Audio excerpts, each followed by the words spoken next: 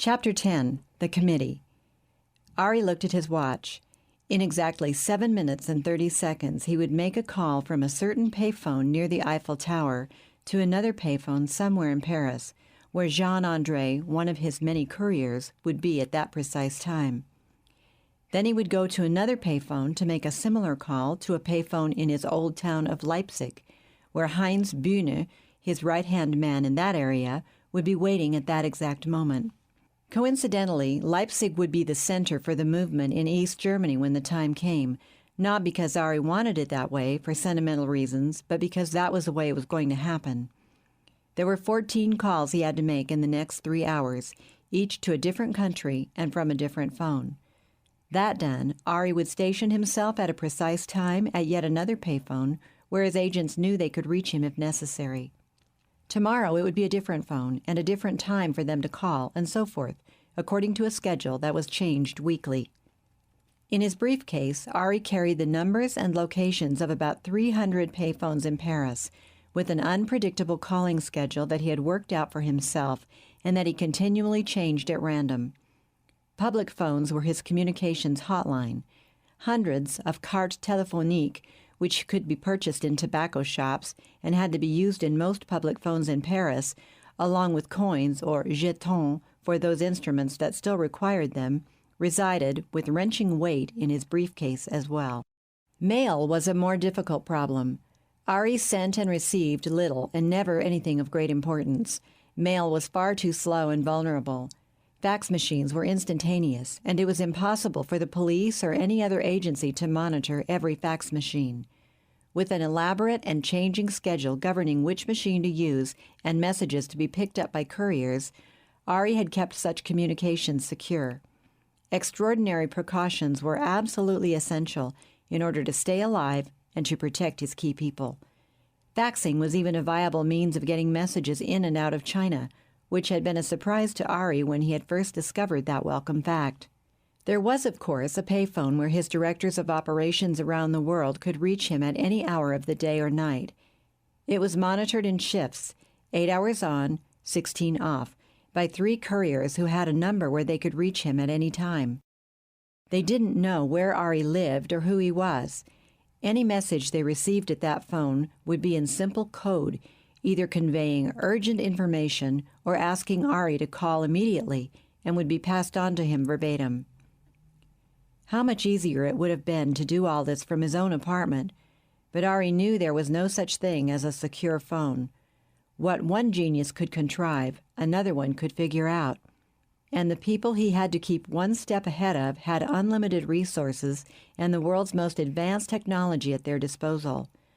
What might be secure in the world of business would not make it in the world of international intrigue. No, he could not afford to take a chance. One slip was all it would take. Roger was no real friend, but a triple agent, prepared to double-cross both him and the committee in order to fulfill CIA orders. Not that it really mattered. Roger could do nothing for him, even if he wanted to.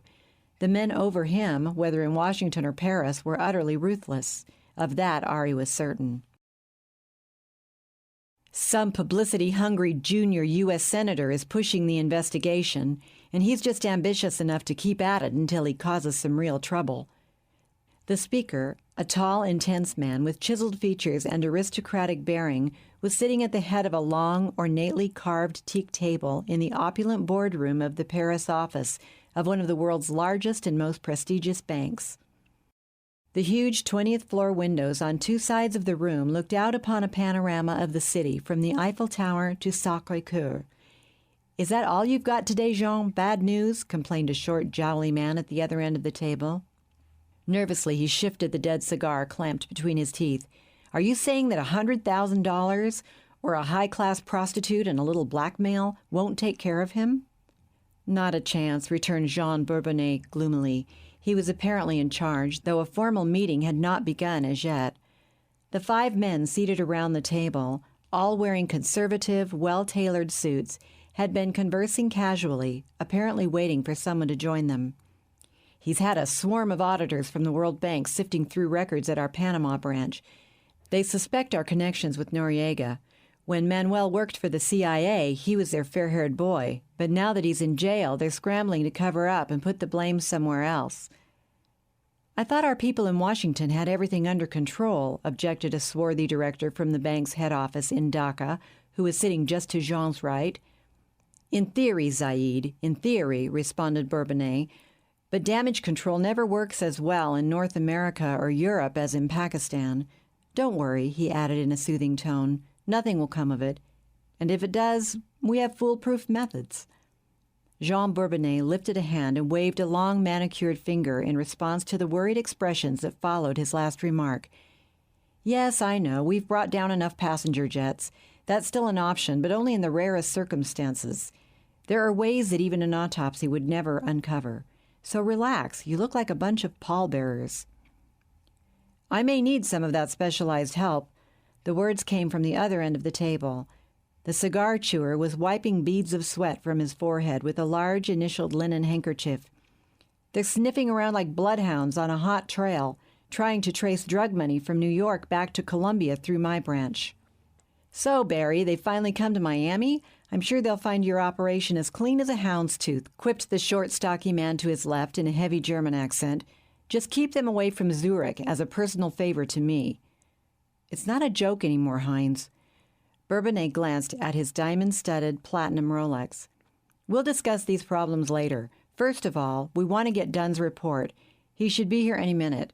We can't keep pouring millions in without some control.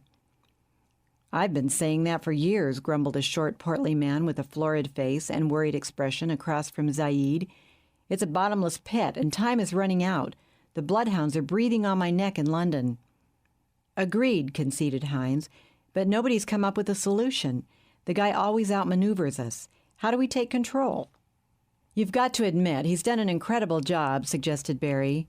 He did, for the first few years, complained the worried Londoner, but I want to see some action. It's long overdue. Patience, he keeps saying, patience. I say we dump that arrogant Jew. Sounds of assent swept around the table.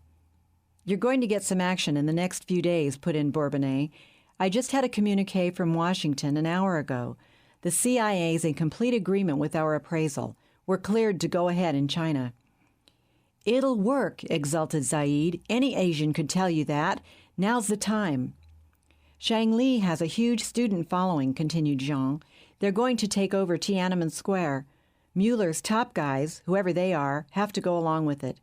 With Mao gone and a power struggle underway, and millions of workers ready to go on strike across China as soon as the students make their move, the regime will fall apart.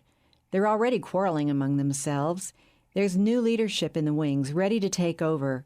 Not exactly what we'd want, but a big improvement. I know China, said Zaid. I've lived there. And I know the way the Chinese think. 2 steps forward, 1 step backward. Even if there is a crackdown, with martyrs, if we can hold Tiananmen long enough for the people to get a strong taste of freedom, they won't forget. It will be the foundation for 2 more steps forward later. We'll do better than that, insisted Bourbonnais. The old guard will be swept from power. This thing has incredible momentum. Chang Li has a genius for leadership. He may even end up somewhere in the top echelons of political power. So much the better for us. So if we can pull this off without Mueller's people, why do we need him anywhere? The question brought enthusiastic nods of approval, and a fist slammed down here and there around the table. It's not that simple, Bourbonnais persisted. This is the culmination of years of Mueller's work. He laid the foundation. Chang would like us to believe that he's the whole show, but that isn't true. That's right, agreed Heinz. The professor is still indispensable. For now. For now, repeated Zaid. I can see the day coming, and it isn't far off when we won't need that yid anymore. The door swung open, and a secretary ushered in Roger. Glumly, he settled into an empty seat across from Heinz. Well, asked Jean Bourbonnais impatiently. He's not going to give us any information. None. Period. And you accepted that? Came the angry challenge from several voices at once, accompanied by expletives from around the table. You threatened to cut off his funds, of course. Jean was clearly anxious. Sure I did, and he called my bluff, handed back the money. He did? You didn't keep it? I finally calmed him down and got him to take it. You can't pressure Ari.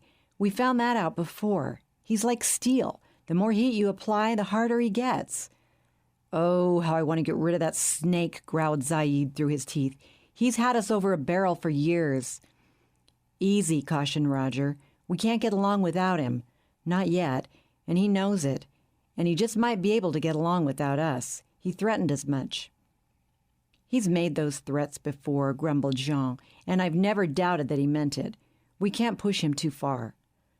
But China, we're going to do it there, exclaimed Heinz with a note of triumph. If there, why not elsewhere?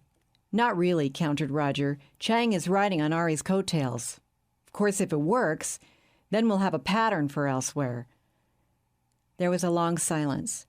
At last Heinz spoke. When the wall comes down and Gorby's perestroika has come full circle, our arrangement with Ari terminates. He's finished and good riddance. Zaid looked across the table into Roger's eyes. You have any problem with that done? Roger shrugged his shoulders. Nope, not at all. The guy's been a pain. He knows too much, and I suspect that he knows a lot more about our whole operation than we think he does. What makes you think that? Demanded the heavy British accent, reflecting heightened alarm. Nothing in particular, just remarks he makes now and then. He's made his own funeral arrangements. Bourbonnais' words were cold, matter-of-fact. I was at CIA headquarters in Langley last week. They're positive now that he's planning the same tactics in the West as soon as communism crumbles. He won't live to see it. We'll be finished with him by then. He's got his own agenda, added Heinz. No loyalty to us. We've always known that. The sooner we get rid of him, the better. Careful now, interjected Roger. Don't rush it. We still need him. If someone takes him out too soon, everything could collapse. Langley knows exactly what to do, but they won't act until we tell them. When we all agree it's time. Bourbonnais motioned with a closed fist and thumb pointed down. He turned to Roger. Something's bothering you? Ari says Chang's pushing it too fast and it isn't going to work. The florid face of the director from London turned several shades redder. Baloney! That's the same line we've heard from him for years. Patience and more patience. He's jealous of Chang, afraid we can get along without him. The guy's an organizational genius, countered Roger. He's incredible, has his finger on the pulse, and he's always been right. This time he's wrong, cut in Jean sharply. Has he brainwashed you, Dunn? Look, I'm not siding with him. Roger shifted uncomfortably in his chair. But I'd be remiss if I didn't pass on to you what he said. He warned me there'd be a massacre if we didn't pull Chang off immediately. He said Berlin and Moscow have to come first, then Beijing. That's another nail in his coffin, snarled Bourbonnais, slamming his fist on the table. He's always right. Nobody else knows anything. Well, this time he's wrong. When we prove it in Beijing and the wall comes down and communism collapses across Eastern Europe, it's goodbye, Professor Mueller. Jean Bourbonnais put on his silver-rimmed glasses, opened a folder marked Damage Control that had been sitting on the table in front of him, and began to meticulously look through it while the others waited. Now then, he announced at last, we've got some serious problems to deal with.